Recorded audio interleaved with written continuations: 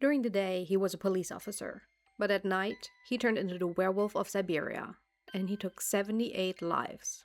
Let's talk about it. It was Wednesday, October the 28th, when two young women, Tatiana Martinova and Julia Kaprikova, walked home alone at night. They had just come from a concert. They constantly turned around to make sure no one was following them. For weeks, the news had been filled with nothing but the terrible crimes of whom the media deemed as the Werewolf of Siberia. When suddenly, a police car pulled up beside them. The man inside was still wearing his uniform, and he offered them a ride that they gladly accepted. The man inside the car was Michail Popkow, Russia's biggest serial killer. What the women didn't know was that they had just signed their own death warrant, and they wouldn't be the last. When Tatiana and Yulia's bodies were discovered the next morning, their sight made even some of the most seasoned detectives sick. Half of Tatiana's head was missing, and the rest of her body was chopped up. Julia's face had been completely destroyed.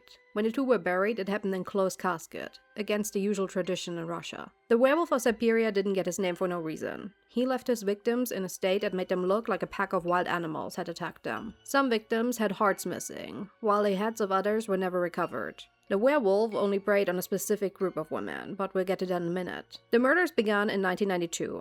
And once they started, they didn't stop. The police found dead women nearly every week. At the beginning, these finds usually happened on a Wednesday, which was why the killer was first dubbed the Wednesday Killer. Every victim was a woman, but their age spanned from 16 to 40. Most of them were short, with what the police called womanly figures. The last places they were usually seen alive were either in clubs or bars. Every victim was brutalized, some of them even once more after they had been killed. Even though they found a victim nearly every week, the police was never able to find even the hint of a fingerprint or a weapon. It was this circumstance that led the police to believe that whomever the killer was, he was a professional. And some detectives even pretty quickly thought it could be a police officer. All the while, the werewolf continued to murder, until 1998.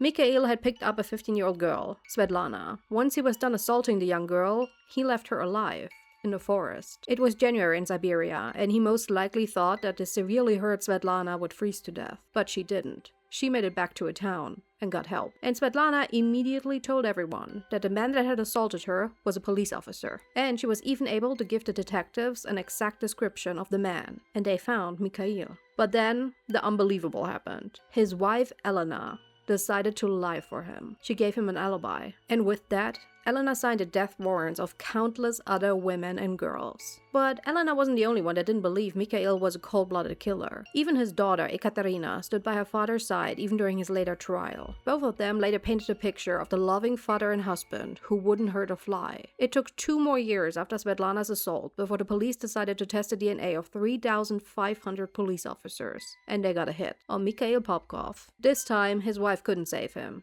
And it didn't take long for him to start confessing his crimes. At some point, the victim number even rose to 82 women, but the police could only prove 78. In 2015, his first court trial began, and Michail was more than happy to tell everyone why he did what he did. He claimed he had been abused by his alcoholic mother, so he had picked women that looked like her. But he went even further. He claimed that he had wanted to cleanse the streets of immoral women. In court, he said the following: "The victims were women that were walking around alone at night, without a man. I didn't kill all women that I saw. Only the ones that didn't behave. Those ones I felt needed to be punished." End quote. He also claimed to be completely sane. After all, as he himself said, the police constantly made their officers go through psychoanalysis. He also told the court where he got his weapons. He took them out of the police evidence collection. After he was done using them, he cleaned them and put them back. On the 10th of December in 2018, Michail was sentenced to life in prison. His wife and his daughter, on the other hand, moved to another town. And even got other names. Elena was never charged for lying to the police.